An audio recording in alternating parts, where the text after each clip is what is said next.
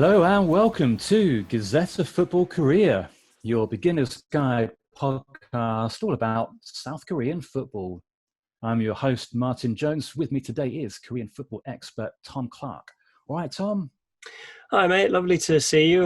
Shame Yumi can't join us this week, but I'll try and make up for her, although I won't be predicting an Incheon win in her absence. But hopefully she'll be back with us next week, and we'll get some news from her about what's been going on in Korea, and yeah, we'll keep you up to date as much as we can. Right. Well, let's get stuck into this. What have we got for you this week, listener?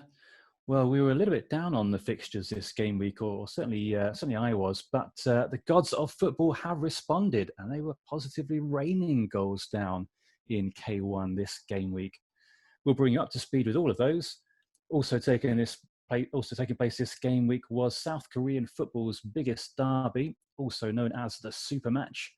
This, of course, between Suwon Samsung Blue Wings and FC Seoul, two big teams, but who are having a bit of a rough time for it at the moment in K1. We'll be all across that, and we'll chat a little bit about the broader significance of that fixture in Korean football.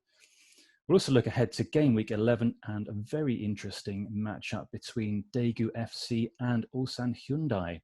First of all, though, just a very quick roundup of league news and a little bit of cup action for you. And Tom, first of all, you mentioned in the last podcast that we might be getting some fans back in stadiums. What's the latest on that? Yeah, it looks like from next weekend, so the next round of matches, that fans will be allowed in.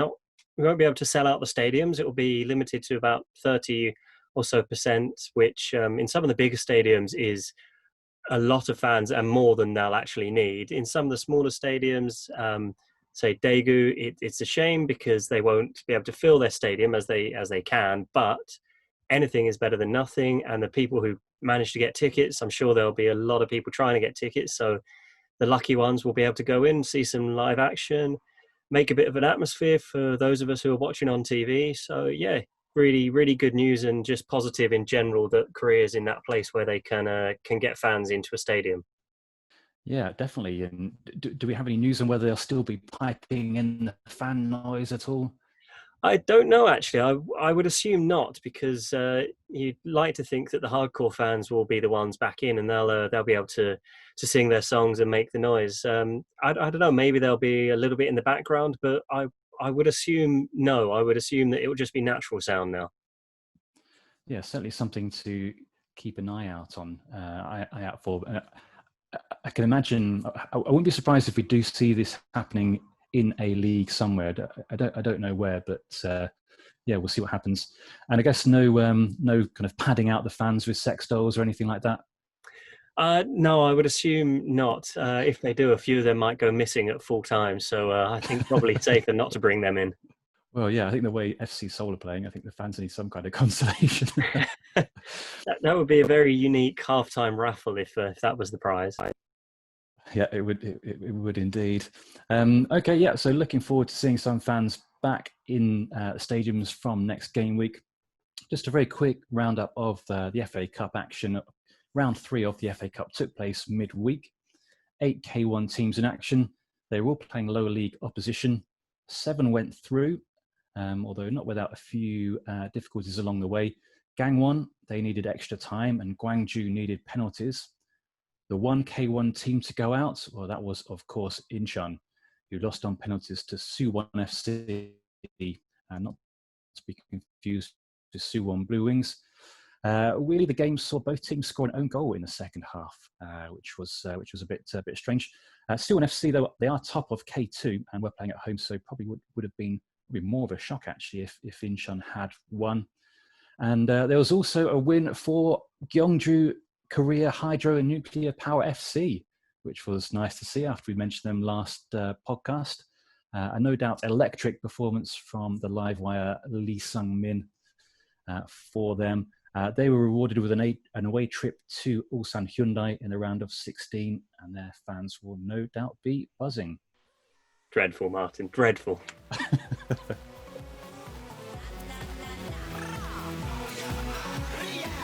Okay, let's get into our Game Week 10 recap, and only one place to start, and that is the Super Match. Saturday took place at 12 noon UK time. Suwon Samsung Blue Wings at home to FC Seoul. Before we get into the match itself, though, I just wanted to talk about the Super Match. And we said on the pod how this is traditionally the biggest fixture in the K1 calendar. But anyone who's started following Korean football this season might be a bit baffled by that. And looking at current league position, these aren't two super teams playing in the Super Match. So, Tom, why is this game so big? Well, right now they're not the two best or biggest teams in the game, but they once were. But the derby, the Super Match, it originally came because FC Seoul were, when they were set up, they were the Anyang Cheetahs, and Anyang is a city which is 15 minutes on the subway from Suwon. So, super close. I mean, that could take you an hour driving with some of the traffic out there, but it is really, really close. They are just two cities that are next door to each other. So for two big teams to be that close to each other, you're just going to have a natural rivalry. So the derby grew from that, and then Anyang became FC Seoul and moved to the World Cup stadium. So you're then moving into the biggest stadium in the country, and you're given the name FC Seoul. So you suddenly become this incredibly recognizable brand as well as a football club. So there'll be a bit of a rivalry there for Suwon, who, despite being a big city, it used to be the capital long time ago, but so it's now got a rivalry with a club which is in a big stadium with a big name and will become well known. And at the time that they moved, Suwon were winning a lot of trophies. They won the league in 1998 and 99, and then the Champions League in 2001 and 2002, and that was the time that FC Seoul became FC Seoul and moved into the stadium. So there's that as well. And then when Anyang was first coming into existence as a club, some coaches and players moved either way between them. So whenever a player moves to a rival club or a club nearby, that you're going to have a rivalry for that. And then finally, the owners of Anyang were LG, and the owners of Suwon are Samsung. So you've got these two big corporate rivals as well. So they like to play up that rivalry as well, as it's rather than just a football thing. You can look at it from a corporate perspective as well. So what's the build up to a Super Match usually like? I mean, Yumi touched on this a little bit last week, and what's it like on match day as well? Well, I have to say, having been to a few of these games, these are the most fun games that I've been to, because it's not quite like the rivalry you traditionally associate with English games of maybe not violence, but angry crowds, so to speak. More hatred, between Spurs and Arsenal or Liverpool and Man U, like the not nice side of it that you see and gets reported. That doesn't really exist, or from what I've seen, didn't exist anyway. And it was fun. You get big stadiums which don't get full for a normal game, and even for a Super Match, they're not always going to be a sellout, because 60,000 at FC Seoul is a huge stadium, and the World Cup stadium in Suwon is 40 to 50. I can't remember off the top of my head, but it's massive. It's a huge stadium as well. So you don't get them full, but you get them quite busy for these games. And a regular league match, you don't get anywhere near these kind of crowds. And you get the songs, the chants, the drums. It's just really good fun, and it creates a really good atmosphere, and it's a good day out. Good stuff. Right, well, let's get into the game itself. Suwon had only got 4 points from their last 5 games. FC Seoul had been on a 5-match losing streak until they beat Incheon 1-0 last weekend. Suwon were in 10th, Seoul in 9th, so it didn't augur well for this game. However, Super Match by name, Super Match by nature. Yeah, absolutely. I mean, we questioned last week whether this was going to be the least Super Match of all the Super Matches that have ever happened. And seeing the teams down in 9th and 10th, looking at it, you're naturally going to think this isn't going to be a great game. But yeah, it was brilliant. It was such a fun game to watch. I would say at the end of it, FC Seoul will probably come come out of it the happier, because they were 2 goals down. They were 3-1 down, and they came back to get a point. So I just think, even though both sides walk away with a draw, FC Seoul surely will feel a bit better for it, because it shows a bit of fighting spirit that I don't think they've really had much of this season. So when you do go 3-1 down, it's probably quite demoralising when you haven't been playing very well. So fair play that they came back. For Suwon, it's probably one of those that a draw feels more like a defeat because you're 3-1 up. The same as for everything I just said about Seoul. It's probably the opposite for Suwon. You're going to be annoyed. You're going to be upset that you couldn't hold on to a 2-goal lead. But there are positives for Suwon. They did play better yesterday than they have done pretty much all season. And Adam Taggart was on the score sheet twice. So look at that as a bonus for Suwon there. His first goal was a penalty. Yeah, well, it was a penalty. It was one of those where the defender goes to block the shot, and he slides in or he dives in, and it just rebounds up and hit his arm. It was Yun Yong-sun, and it's slightly unlucky because you can't really, that bounce of the ball, you can't predict it. Well, I mean, it's just one of those things, really. If he doesn't dive in and the shot is on target, then you got to question why he's not throwing his body on the line. So just one of those things. It happens. And then, Taggart tucks that away easily enough. The equaliser for FC Seoul came from Park Chu-young, and I've been a bit, having seen him play in Korea as well, I've never been massively impressed with him. And obviously we did see him play over here in Europe, and obviously he did well at Monaco to get his move to Arsenal, and then he did nothing. It was just too big of a move for him. But yeah, it was a decent equaliser. It wasn't a difficult finish for him, but it was what he did before. He got in front of his man, and he had his shirt being tugged, and he got a touch onto it. I question the goalkeeping from No Dong Gong. The shot came in and he didn't hold on to it, and it's one of those that he did palm it out wide, but it's just, I mean, maybe it's hindsight, but you just think with that, you get your hand on it and you put it around the post for a corner rather than keeping it in play at all. And the FC Seoul forwards were quickest to react, much quicker than the Suwon defence. So that was 1-1. And I think actually probably it's one of 2 goals that I question the goalkeeping on, that he could have done better with, both similar kind of thing. And both times I think he should have got the ball a lot wider or behind for a corner. Suwon went back in front through a second from Adam Taggart, and this time it was FC Seoul's goalkeeper Yu Sang-hoon who for me did something similar. But I think it was worse from Yu than it was for No. The shot came in and he didn't even put it wide. He just parried it straight back out, and it was an easy finish for Taggart. It's unfortunate that your parry goes straight to the striker, but it's basic 101 goalkeeping is you push it wide, you don't push it back into the danger area. And then Suwon got a third before half time, and this one was a really well taken goal. It's a good run from Lee Jong-sung, followed by a little nutmeg pass to Kim Gun-hee, who beat his man and finished well. And then you're thinking 3-1 at half time, I can't see Seoul coming back into this. And even if Suwon don't push for another goal, they should have enough. But I didn't see the FC Seoul comeback, but the comeback started with an absolutely quality goal from Cho Young-uk. He brought them back into it, and it was an absolute thunder of an effort. It was Route 1 football from the goalkeeper.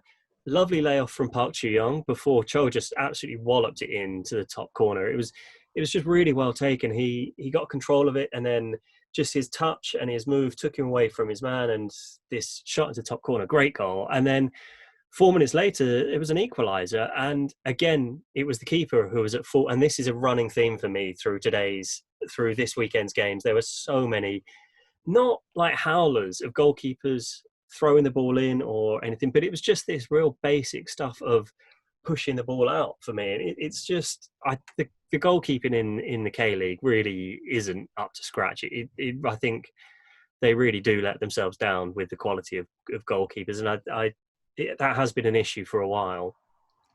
But anyway, the equaliser was again, the goalkeeper not pushing the ball away. Ko Kwang-min's finish. It was a really well taken goal. First time strike into the bottom corner. It wasn't like it was parried out and he had a tap in, but it was just parried directly to Ko. And it was a really good strike into the bottom corner. Both sides had chances to win the game, especially in the last 30 seconds, which is just nuts. You think at 3-3, 30 seconds to go, maybe you take the point, but Suwon were pushed well forward, and Ko Sung-bung got a decent hit. It was deflected and it bounced off the top of the bar, but within seconds, Seoul counterattacked. God knows where the Suwon defence were, because it's you think with 30 seconds to go, you push a couple of guys forward, but you leave a back four back. You don't leave one defender back, but that's what they did. They left one man back. Really quick counter-attack. Han Sung-kyu, very quick feet, did really well, got into the box, got his shot off, but I have to give credit to the keeper here. No did very well to turn the shot onto the post, and it was a great finish to a great game. But it was a breathless finish. It was really good fun, just a really good fun game. And you mentioned goalkeepers, and we have touched on this a few times. Keepers just kind of parrying the ball back into the danger area, which is a bit of a negative theme, but a more positive theme, and you touched on it just there, is late action. It feels like there are games each week where we're talking about both teams having chances after the 90th minute. Do you think we're finally at that stage where fitness levels are kind of where they should be? Yeah, absolutely. Like, I think everyone is fit and match fit and raring to go. And without the Champions League games as well, okay, there was FA Cup games, but in general, it's only one game a week at the minute. I think only twice in 10 weeks of the season, or however many weeks of the season. When we've had 10 game weeks, we've only had 2 midweek matches, FA Cup, and even then the FA Cup wasn't for every side. So the players are at full fitness. I don't know, maybe it's just me being a little bit negative that I would say at 3-3 with a minute to go, as a manager, I would want more than one defender on the halfway line. I wouldn't want 9 of my outfield players pushing up to try and get the winner. Yeah, try and get a winner, but you don't need to send the entire team up. So if FC Seoul had scored from that instead of hit the post, the questions would have been asked as to Suwon as to what they were doing and their game management. At 3-1 up, to lose 4-3 would have just been horrendous. 3-1 to 3-3, it's not the end of the world. And especially with Incheon being so bad, you kind of know you're safe from relegation. So is there any need to really go gung-ho for that? But I don't know, maybe that gung-ho attitude and the poor goalkeeping makes for a more exciting league because we're getting more goals. Yeah, I think that's probably the way to look at it, really. Just very briefly, I mean, we're going to talk about how condensed it is in the bottom half of the league. Have you seen anything from Seoul or Suwon that suggests they might step up and kick on from this? Possibly. I mean, the top 5 look out there now. There's a gap, a big gap that has come between 5th and 6th. So maybe with a good run of results, you could push into 6th position and then go when the league splits into 2, you're in the top half. But I think from 6th down to maybe 10th, 11th, it's going to be there's not going to be a huge amount in it. So there we go, your final score there. Suwon Blue Wings 3, FC Seoul 3, and a bit of a cracker in the super match. Suwon stay 10th, FC Seoul stay 9th. Moving on to the early game on Saturday, 10 a.m. UK time, we had Ulsan Hyundai at home to Incheon United. Ulsan were in second, their title bid having taken a slight setback last weekend when they lost to Jeonbuk. Incheon, of course, in 12th. They got 2 draws in their first 2 games, but it's been losses ever since. This game looked like it was going to be attack versus defence, Tom. How long did the Nerazzurri of Incheon hold out for? Not very long at all. Lee Chung-young opened scoring. It's a lovely finish. Side foot into the top corner. Keeper with no chance. Really, really nice goal.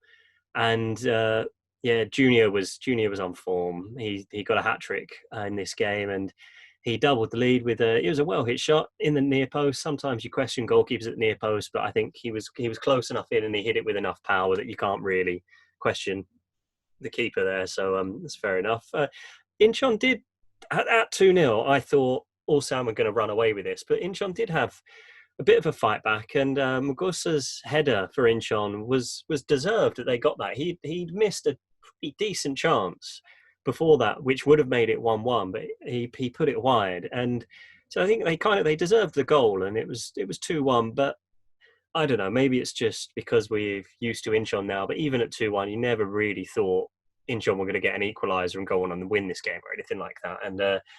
And yeah, before half time, Junior got a third. So, it was he was just the quickest to react from a loose ball at a corner, and it's smashed it into the roof of the net. His hat trick was similar in the fact that he was in the right place at the right time in the box from a corner.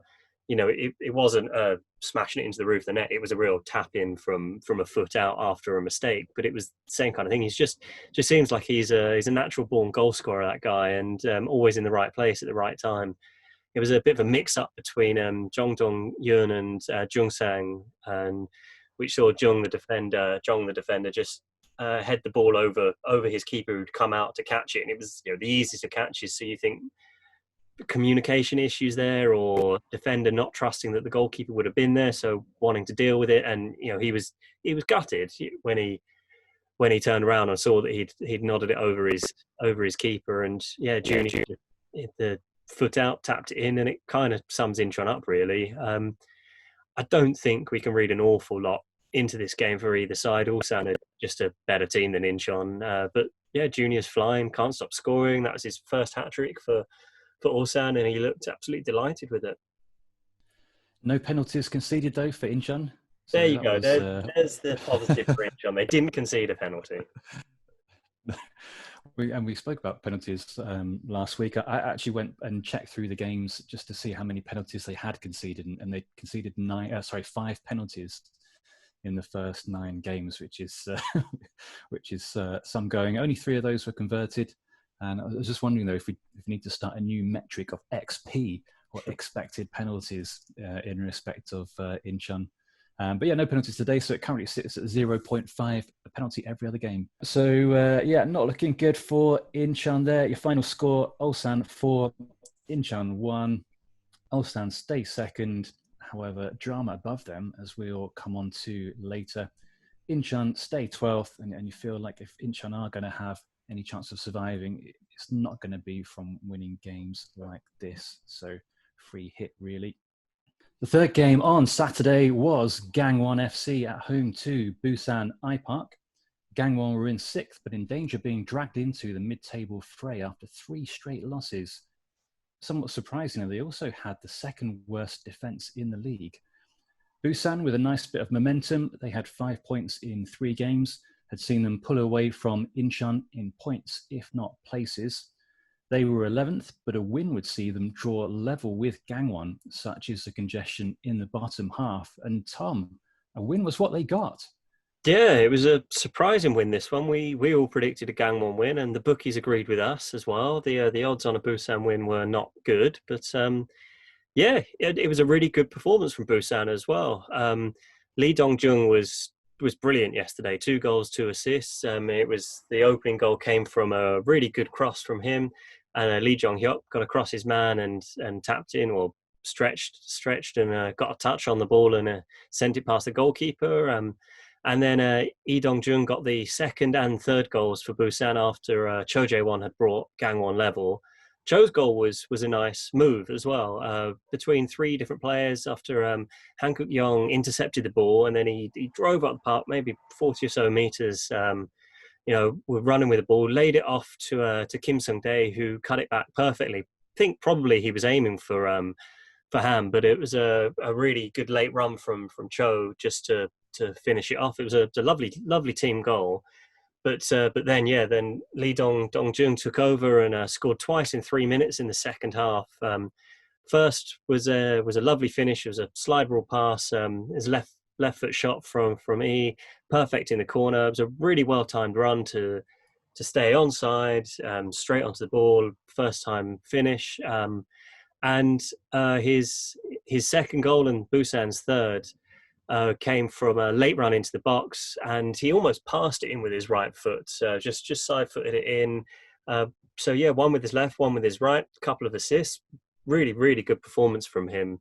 Gangwon did get one back through Hankuk Young, and it was a finish from close range. Bit of a mix-up between keeper and defence. Again, probably looking at a goalkeeping error there.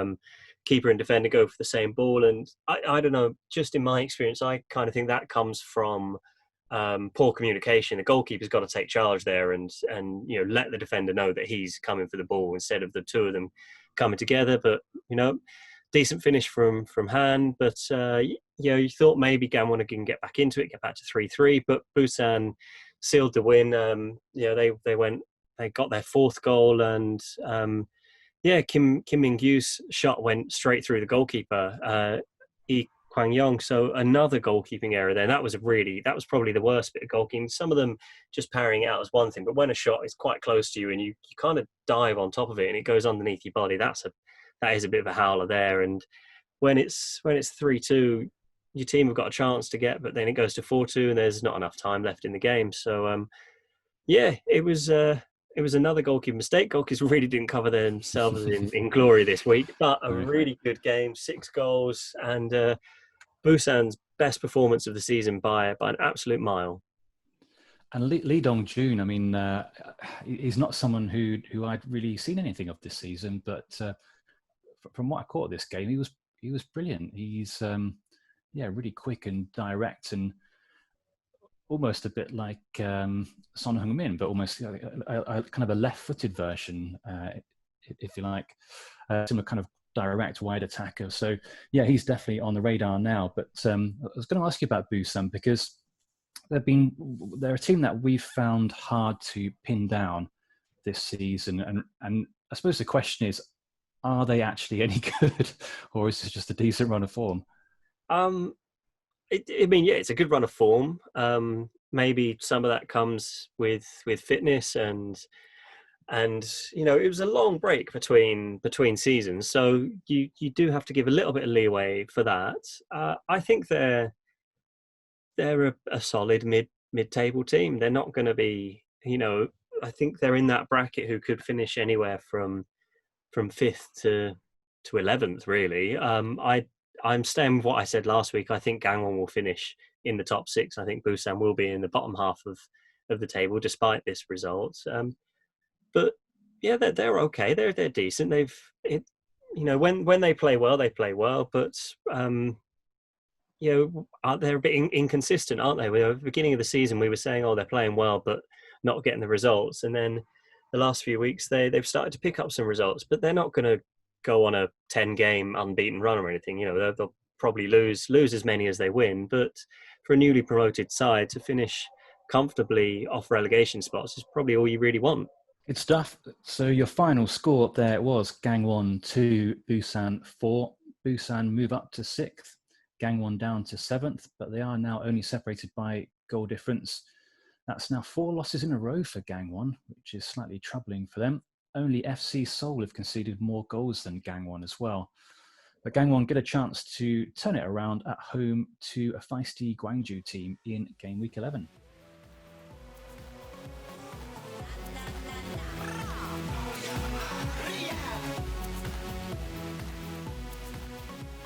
Okay, let's move on to Sunday's fixtures.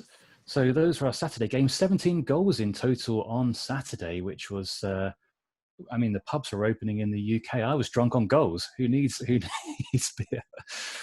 Did we get a repeat of that on Sunday? Well, not quite, but it certainly was not short of action. The first game we'll look at here is Sangju Sangmu at home to Jeonbuk Hyundai Motors. All these games started at 11 o'clock UK time. Sangju were in third, thanks largely to 5 clean sheets in their 9 games this season, and they hadn't conceded a goal in the last 282 minutes. Jeonbuk, the champions, were in first, also with 5 clean sheets. After beating their title rivals Ulsan last weekend, would Jeonbuk take their eye off the ball? Well, I don't know about that, but certainly something went wrong as they lost 1-0. This is a game I caught, and on paper, looking at this, you think first away at third, this is going to be a really interesting game, but I wasn't sure if that was going to be the case, especially with those two kind of defensive stats, if you like. And actually, the first half was quite cagey in this game. A couple of half chances for each team, but no one really threatening to make a real breakthrough. And got to half time in this thinking, actually, yeah, these are two teams that really don't make many errors. And we've spoken about errors in this podcast and in previous podcasts, and it has been a bit of a theme. But Sangju, very good defensively. As I mentioned, lots of clean sheets. They have conceded a few goals, but 80% of their goals came in 2 games against Ulsan and Pohang. So when they do lose, they tend to lose big. Then it did get a lot more interesting in the second half. On the 50th minute, and this was a weird kind of time across all 3 games, because in the 50th minute, it just seemed like there was loads of stuff going on. Cross came into the box, into the Sangju box. Ball clearly hit the defender's hand. I guess the only question was whether it only did so because it came off the attacker's boot. In the end, a penalty was given.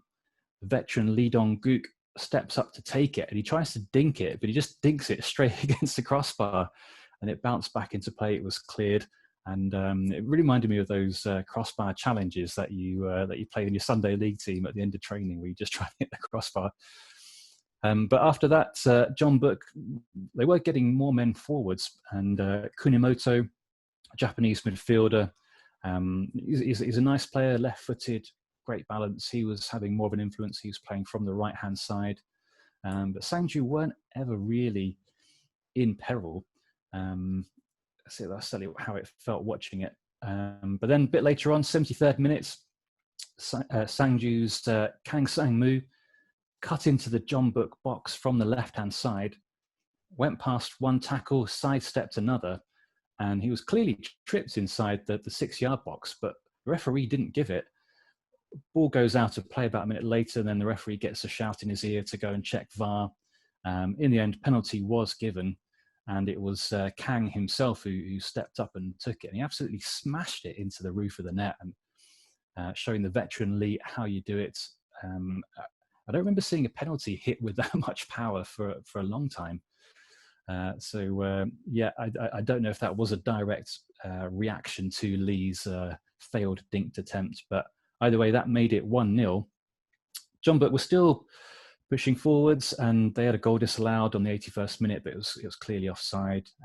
Sangju holding firm, and it looked like it was going to end that way. And then we spoke earlier about madness in stoppage time, and we had some madness in stoppage time in this game. Jeonbuk keeper Song Bum-kun going up for a corner, which is always fun to see. Sangju defended it, and they hit Jeonbuk on the break, but Song did really well to get back and to make a tackle. Or did he really? I mean, replays showed no contact with the ball, and again, the referee not giving what looked like quite a clear decision in Sangju's favour. It wasn't halfway like the other defenders were, but that could easily have been a red. Oh, there was a red minute. It was a definite red card. I didn't watch all of this game. I was watching the other 2, but then once they looked like they were over at 4-0 and 4-2, I switched over. And yeah, I did see this end of it. And you just think if that was any outfield player, it would have been a straight red. And goalkeepers just seem to get away with these things. But the referee didn't get a shout for VAR to go and have a look at it. Every replay I've seen, he didn't get a touch on the ball, and he took the player out. And I mean, maybe he didn't get a shout for VAR because they thought it was so far away from goal, because it was just over the halfway line, that maybe there was a covering defender. That's the only thing I can think of. But yeah, I mean, it's a bit lucky because it wouldn't have affected the result, but it obviously means he doesn't get a suspension. But yeah, for me, it was 100%. It was a foul. Yeah, that was my first reaction when I saw it, and it was the same with the penalty for Sangju. Just look at it thinking, why hasn't the referee given that? And obviously VAR intervened on the penalty, but then not on this. So there was one camera angle where it looked like the trajectory of the ball did change a bit, but yeah, I don't know how that wasn't given, but yeah, it didn't really have much impact on the game. And John Book did actually get a red card a minute later. Defender Kim Jin-soo, blatant foul on the edge of the box. But free kick fired over, and then the final whistle went. So that was it, 1-0 to Sangju. But yeah, it was a game of two penalties, really. One scored, one missed. And I think, to be honest, a draw would have been a fair result. I don't think either team really looked in trouble at the back, and similarly, neither team really had enough of an attacking punch. And we've seen this a bit with John Book throughout the season, where they just have these patches where they move the ball around nicely, and they're probably one of the better teams at circulating the ball around the pitch, but they just sometimes seem to lack that cutting edge, and they haven't really blown teams away like we've seen Ulsan do, like we've seen Daegu do, like we've seen Pohang do. I don't think they've scored 4 goals in a game, whereas those other teams all have on several occasions. So, but your final, sorry. John Book, you'd just say John Book have been more about getting the job done and grinding out the wins when they need to. So, I mean, at the final whistle, I was a bit annoyed because this, I was just, with John Book always seems to get the win. So they were my banker in multiple different accumulators that I've had on over the weekend with various K-League games and Championship games and Serie A games. I thought, well, you know what, I'll throw John Book in just to get the odds a little bit better for me because they're going to win, and then they didn't. So that aside, this is a really good result for the league. It just keeps everything that little bit closer. It pushes Sangju up there. They're in third, but it pushes them a little bit closer. It means Ulsan are only 1 point behind, and for the league as a whole, taking aside my silly bets, they weren't silly actually, they were good bets, but taking aside my bets, it was a really good result. Yeah, I mean, again, sort of on that theme of silly bets, I put £1 on my predictions, my usual accumulator, and the bookies liked it this week because I was only going to get back £43 rather than 100. It was the week before, 190 the weekend before that. But it wasn't to be. But yeah, like you say, good for the league, I think. So your final score there: Sangju Sangmu 1, John Book Hyundai Motors 0. Sangju stay third. John Book stay first, but Sangju doing a big favour for Ulsan in second. And that's now 4 consecutive 1-0s for the Army men. And they'll be looking to continue their good form against Incheon next week. Okay, let's move on to the second game on Sunday. Songnam FC at home to Pohang Steelers. Songnam were in 8th.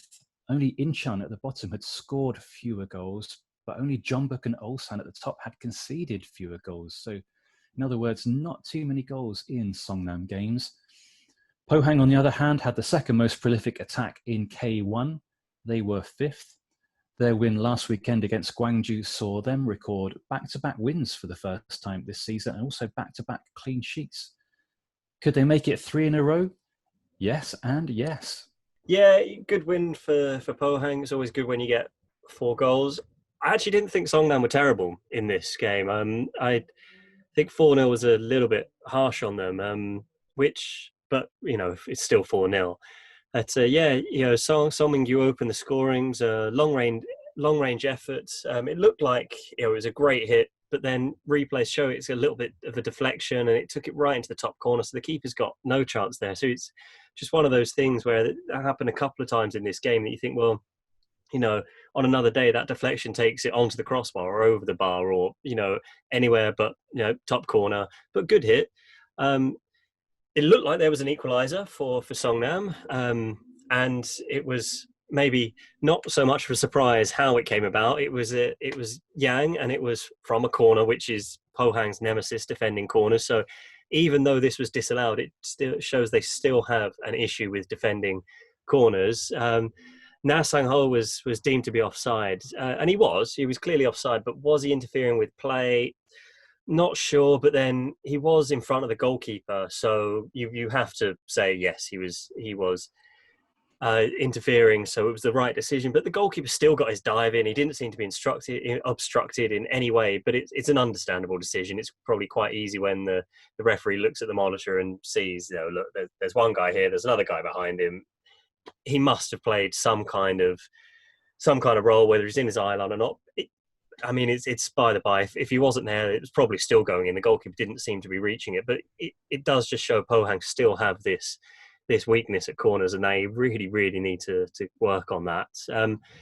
It's kind of a shame for the game as well, because Songnam had played all right, got themselves back into it, and they had this 15-minute spell after the disallowed goal where they played well, and Kwon Sung Hyun tested Kang in the Pohang goal. His shot took a slight deflection as well, which just made the save even better. But it's just one of those things, Pohang's deflection goes in the top corner, Songnam's deflection goes, and the keeper makes a good save.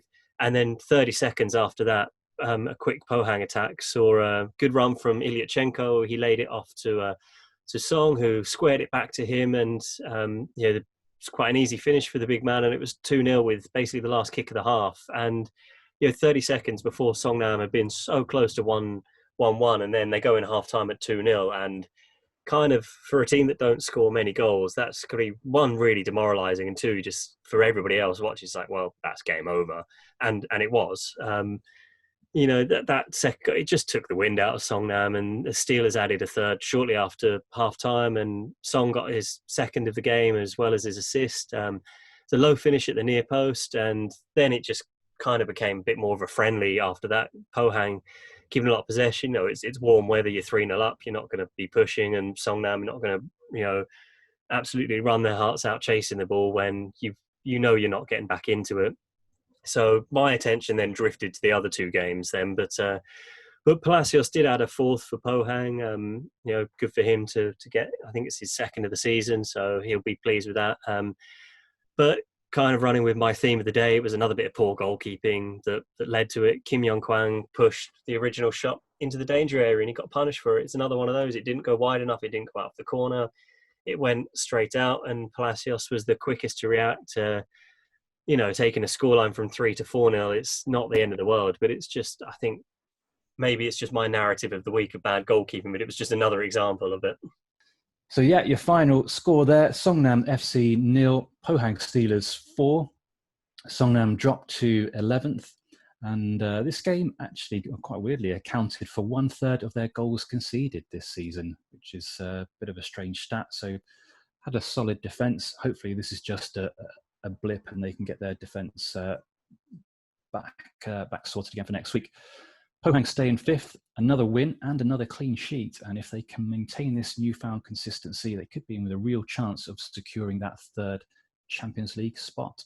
Yeah, that third, well, to be honest now, there's a title race with the top two as well. But, those top few positions are going to be really fun to see how those things pan out. We're well into the season now, and it's looking pretty close. The final game of the weekend was Gwangju FC at home to Daegu FC. Gwangju much improved from the start of the season, but on a tough little run of league games, they were in 7th, and they only just scraped through midweek in the FA Cup against K4 team Gimpo Citizen. It doesn't get much tougher than going up against an in-form Daegu team who were in 4th. Did Daegu make it 3 wins in 3? Yes, they did, and they got a helping hand with the fact that Lee Min-gi got a red card after 18 minutes for Gwangju, which, to be fair to Gwangju, they actually played pretty well considering they had 10 men for a lot of the game, and they took the lead. The red card was fair enough. It was a pretty nasty looking tackle. I know slow motion makes things look worse, but it really did look, he went in studs up and raked right down the ankle, but the Gwangju players were really quite upset about it, and the manager was going on and on and on at the referee after this. But for me, in real time it looked a red card, and after replays it looked a red card. And it's kind of thought, pick your battles, guys. Like there'll be a time later in the season where you get a card that you feel a bit harshly done by, but not for me on this one. But anyway, they still managed to open the scoring, and it was Felipe. And I have to give ourselves a little bit of credit for this. We called it out last week. I think we mentioned it the week before, that if you keep Felipe quiet, then you stop them from scoring, but none more so than if you keep him quiet from set pieces. But no, they didn't. It was from a corner, good near post run, poor marking. He's a bigger man than most people, so even if you are close to him, he's going to get a jump on you. So you need to block his run. You need to, you really need to to aim to stop him getting into the position to score, because that's where Gwangju's corners were all aimed at. And good near post run, good header, good corner, and he went straight over to the taker. It's obviously something they'd worked on, this in swinging, really fast flat ball in. But yeah, if you'd have blocked his run, then there'd be nobody there, and it either goes straight to the goalkeeper or it goes to the man covering that near post area. But Gwangju worked on it, and they executed it to perfection. And the Korean commentator, I was watching this one on the Korean TV channel, and the Korean commentators instantly compared it to a Christian Vieri goal in 2002 World Cup against Korea. And I was like, he's a big man. Maybe they're just thinking about a corner going in and big Christian Vieri climbs up above the Korean defence and nods imp. Absolutely not. I went and had a look. Absolute spot on they were with this comparison. Brilliant.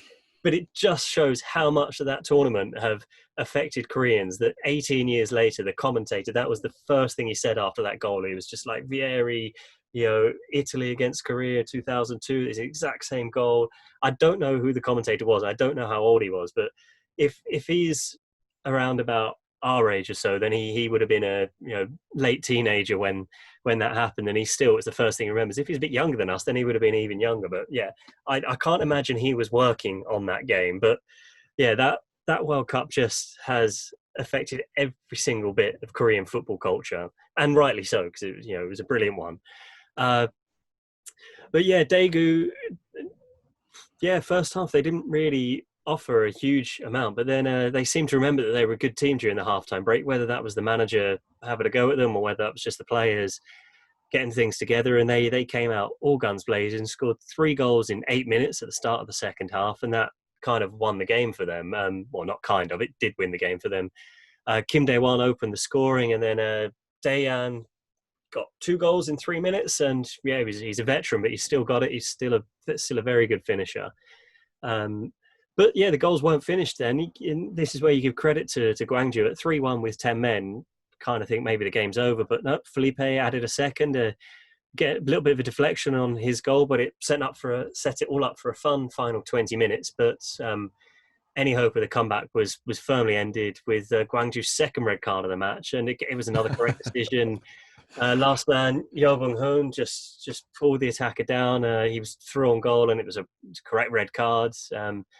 And from then on, it was just all Daegu, and Sassini put it completely to bed in with a late goal, first time finish, half volley, really entertaining game. Yeah, I mean, we could do a whole podcast just on this game, I think, really. I mean, in terms of when we're looking at games coming up and we're looking at which teams are fun to watch, we've mentioned Daegu a few times, and they've got that ability just to kind of go through the gears. And there's a few games now where they've just hit teams, they hit you with one punch and then they hit you with another punch straight away, and they can put 2-3 goals on you in no time at all. But Gwangju at the beginning, we pretty much wrote them off, and they didn't show anything at the beginning. They were rubbish, and it's like, oh, who have Gwangju got this week? Well, be a win for the other team then. But I'm really liking this Gwangju team. I like how feisty they are as well. And I mean, okay, we saw the good side of it in this game in terms of going a man down, but then going 2 men down, but fighting back and still scoring goals and playing well. And obviously, they didn't get a result in the end, but Gwangju are going to take a lot away from this game, aren't they?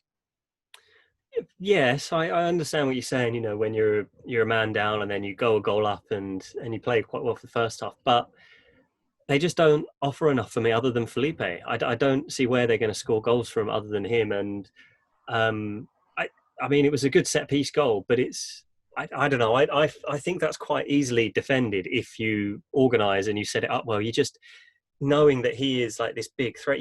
It's quite a simple block that run, really, and he doesn't score. I think they can take the fact that there was a lot of heart in this, and even at 3-1, they didn't give up and they battled back and got another goal, but they need to find another goal scorer, and I think at some point the defences will start marking him properly at set pieces, and then that does take a big threat away. So, but they're certainly not as bad as we first thought they were at the first few games. And I know they had a brilliant season in K2, and it was a step up, and they didn't start the league very well, but you know, they are better than we gave them credit for in that first month. And we spoke last week about Daegu, and I mentioned their attacking trio of Edgar, Sisinya, and Kim Dae-won. And Edgar was on the bench, and Dejan Damjanovic came in, but then he scored goals. So that's kind of a nice contrast, really, where you've got a really nice front three, but then you've also got a guy on the bench who can come in and really impact a game. And yeah, I think, like you say, Gwangju. I mean, the transfer window's open now, so I don't know what moves are going to be made. Hopefully, they can find someone and just to give them a bit more punch up front and consolidate on some good performances. Yeah, absolutely, and hopefully we'll. If we can't get Yumi back on next weekend, we'll get a chat with her during the midweek about some transfers and moves and stuff, because she's all over the Korean press more than I am. So I could talk a little bit, but it'd be a lot of speculation. Whereas I think she has a bit more knowledge on that. So I think we'll just wait for her expertise rather than play the guessing game. Very good. Your final score there was Gwangju FC 2, Daegu FC 4. Gwangju dropped one place to 8th. That's 3 losses in a row, but those losses were against Jeonbuk, Pohang, and Daegu, and they were at least competitive in all of them. Daegu stay 4th, and Sisinya, that's now 6 goals for him in his last 5 games. Right, let's move on to the predictions. How did we do in the predictions for this game? Well, Tom wins this game week, and he got 4 correct in this one. Well, the 2 shock results letting you down there, Tom. Otherwise, you could have done quite well there. Busan winning, and also Sangju winning. Yumi got 2, I got 3. So, Tom, that puts you on to 30 points, and I'm on 28, and Yumi's on 23. In terms of the K1 league table, Sangju's defeat of Jeonbuk means Jeonbuk are now back to being 1 point ahead of Ulsan. Sangju still in 3rd, 3 points behind Ulsan. A point behind Sangju are Daegu and Pohang. They're just separated by a single goal. Busan are the big movers in game week 10. They go from 11th to 6th. Gangwon just below them. They're conversely on a terrible run, and they are in 7th on goal difference. Gwangju and Seoul are a point behind them, and Suwon and Songnam are a point behind them, which means there's only 2 points separating 6th and 11th. And it's a real shame with only 1 relegation spot due to the league this year with Sangju's automatic relegation, because otherwise we could have had a really interesting relegation battle this season. Incheon look dead and buried. They're in 12th and still winless, and they are 7 points from safety. Yeah, I agree. If 2 teams were going down, it would make it a lot more interesting down at the bottom, but it's still a really interesting league. Like you talked about, there's only 1 point between the top 2, but I think there's only 5 points between the top 5 now as well. So and just from Busan, you see they 1 win and they moved from 11th to 6th. It just shows how close it is down there. And yeah, it's all shaping up really nicely for the rest of the season. Yeah, and quite a few of these teams now, I mean, we just spoke a second ago about which teams are fun to watch. I think most of these teams I would happily watch. Maybe not Incheon, and with all due respect, probably not Songnam, but all the other teams have at least got something interesting about them. So that's the league table. In terms of top scorers, Ulsan's Junior Negrao, he had a hat-trick this game week, and he gets his goal-scoring ratio back above 1 a game. He's now on 12 goals. Daegu Sisinya, he's now joined the party. He's on 7. And Pohang's Ilyichenko also on 7. And Gwangju's Felipe gets into the picture with 5 after his brace this game week. So there you go. That is our game week 10 recap done and dusted. We'll have a quick look ahead at game week 11 after this short break.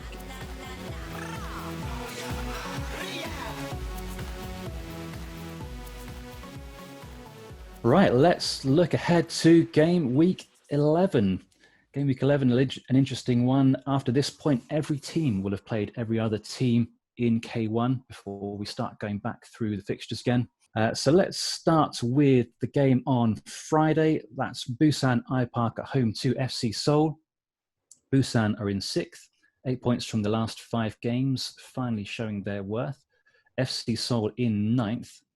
It feels like a game Busan need to win to show that they're capable of holding on to 6th.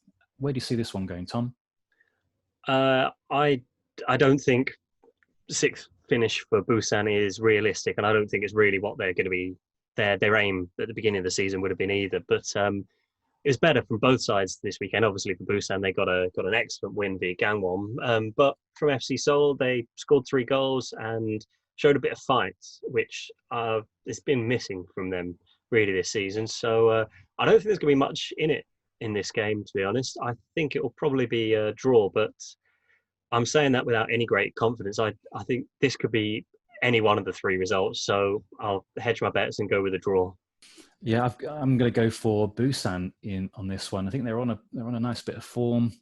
2 wins, 2 draws in their last 4 games. So they do seem to be improving each time I see them. So yeah, I'm going for a Busan win. Moving on to Saturday, Jeonbuk at home to Seongnam. Jeonbuk in 1st, Seongnam in 11th. Seongnam really struggling to score recently, and even their previously solid defence was creaking a bit in that last game. That said, while Jeonbuk are top, they haven't been blowing teams away like Ulsan, Pohang and Daegu have. I mean, this is still going to be a win for Jeonbuk though, isn't it, Tom? Yeah, and a relatively easy one at that, I would imagine. And maybe they'll see this as a chance to get the goal difference up a little bit, but I don't know. I mean, Jeonbuk are going to win, but I'm not sure by how many. Maybe a couple of goals, maybe 2-0. I can't really see Seongnam scoring in this either. Same here. I mean, 2-0, that was the scoreline I've got in my head as well. So yeah, Jeonbuk to bounce back there. Also on Saturday, we've got Pohang Steelers at home to Suwon Blue Wings. Pohang in 5th, 3 wins and 3 clean sheets. Suwon are 10th after their point from the super match. Can Suwon get anything out of this? I don't think so, no. It was a lot better from Suwon against Seoul, despite giving away a 3-1 lead. But Taggart was on target, not just from the penalty spot, from open play as well. But they made some defensive errors, and let's not kid ourselves, Pohang are a lot better than FC Seoul. So I'm going to go with a Pohang win. Yeah, and Pohang, it seems like they can defend now, which is good. So watch out, rest of the league. Yeah, well, I'm going for Pohang here as well. They did still concede from a corner. Yes, it was disallowed, but they did still concede 1 from a corner. So maybe 2-1, 3-1 Pohang with Taggart nodding 1 in from a corner. Yeah, they could defend from open play, but not from set pieces. So yeah, I'm already getting too carried away with Pohang, but yeah, I think they'll get a win here. And then the final game on Saturday is Incheon United at home to Sangju Sangmu. Incheon, of course, in 12th. Sangju Sangmu going full George Graham Arsenal with their 1-0s. Ask your older brother or your dad about that reference. Can they win more than 1-0 in this game? Well, Martin, we want to be nice and inclusive in this show, so ask your mum or your sister as well. Logic would suggest a 1-0 win for Sangju, but they're going to win by more than 1 goal. Sorry, Yumi.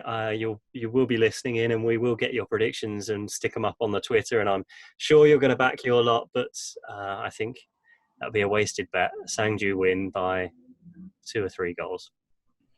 Yeah, and hopefully my mum isn't listening because it's my mum who's the big football fan in our household.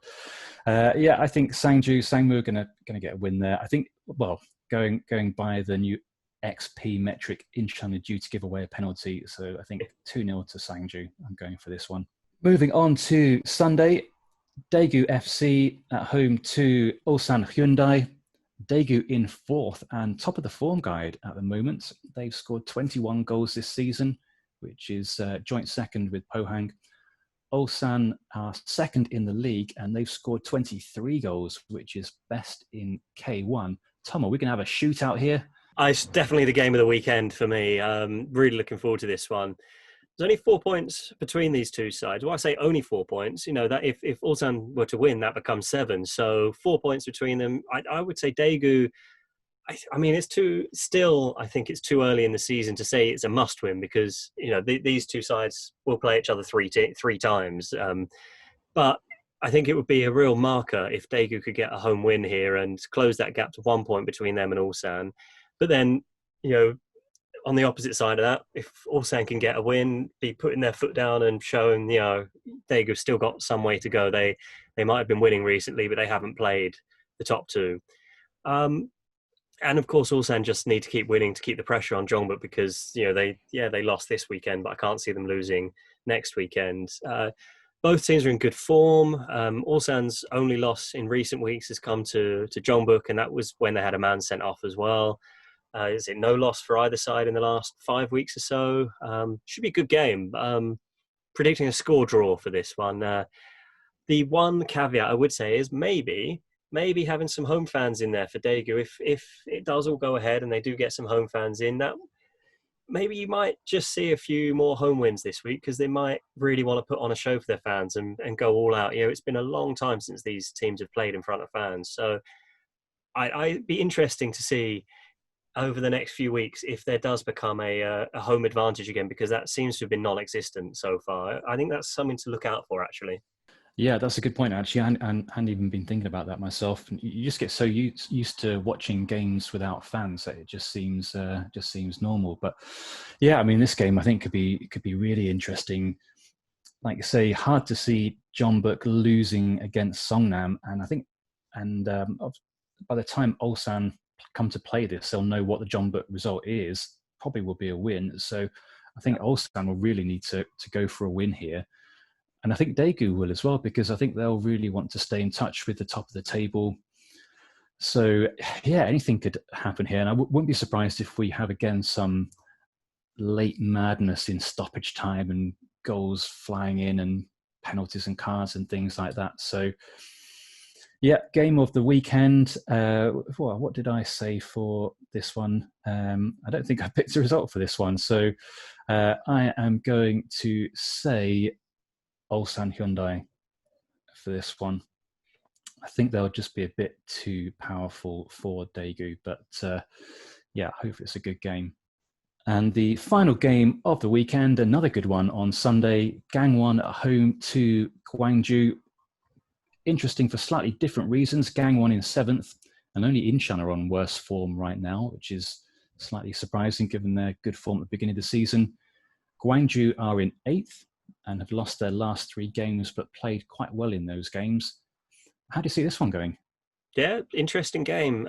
Just 1 point separates them, and neither of them are in great form. The Gangwon's only win in the last 5 was an extra time FA Cup win over lowly Gangneung. So, that doesn't bode well. But then you'd say, other than Busan this weekend, their games have been against teams who are higher than them in the league, and maybe ones you'd expect them not to get all 3 points for. But it was a pretty poor loss for Busan, to be honest. And I'd imagine they'll be fired up for this because they'll want to put that right. That wasn't a good defeat, 4-2 at home. Gwangju did well with only 10 men or more, and then 9 men. So I'm going to go for a draw here. I think 2 teams who could do with 3 points, and maybe they'll cancel each other out a little bit. Yeah, I mean, I think, this is an interesting one. And I was just thinking about Gangwon after the weekend's games. And do you know what they are? They're last season's Bournemouth. That's what they really remind me of at the moment, where because they still have been playing some nice stuff. And you mentioned earlier the goal that they scored through Cho was just very Gangwon-esque. It was a nice kind of counter-attacking passing movement. And you can still see it in their attacking play that they've probably got the most intricate, I would say, of attacking play from what I've seen. And they clearly do a lot of work on movement in and around the box. But they do just seem like a soft touch, Gangwon. And I mean, yeah, losing 4 games in a row is pretty bad. But you kind of feel like Gangwon could just flip it and then win 4 games. On this one, though, I think Gwangju, I've just got a feeling for Gwangju. I think they're just going to be so annoyed about having played well against 3 top teams, but not getting anything. And I think we remember Felipe's sitter that he missed against Jeonbuk a couple of games ago. I think there's going to be a build-up of that, and I think they're just going to nick this one. Well, hopefully we'll get some good games. Last week we said on paper it didn't look like a great round of fixtures, and it was just brilliant this weekend. But then now we're saying, oh, these games look really good. 3 or 4 of these look really close and really hard to call. So hopefully we're not putting the mockers on it, and next weekend's not going to be a really boring set of games after the excitement we've had this weekend. I'm looking forward to another another really good round of games. Hopefully. Yeah, definitely. There we go. Well, that's our Game Week 10 pod done and dusted. Tom, thank you very much. Kamsahamnida. Kamsahamnida to you too, listener. You can stay up to speed with us on social media at Gazzetta Korea on Twitter. We're also on YouTube, where we host the video version of these podcasts, and we're on Facebook as well. In the meantime, stay subscribed to the podcast, and we look forward to catching up with you next weekend for some more K-League action.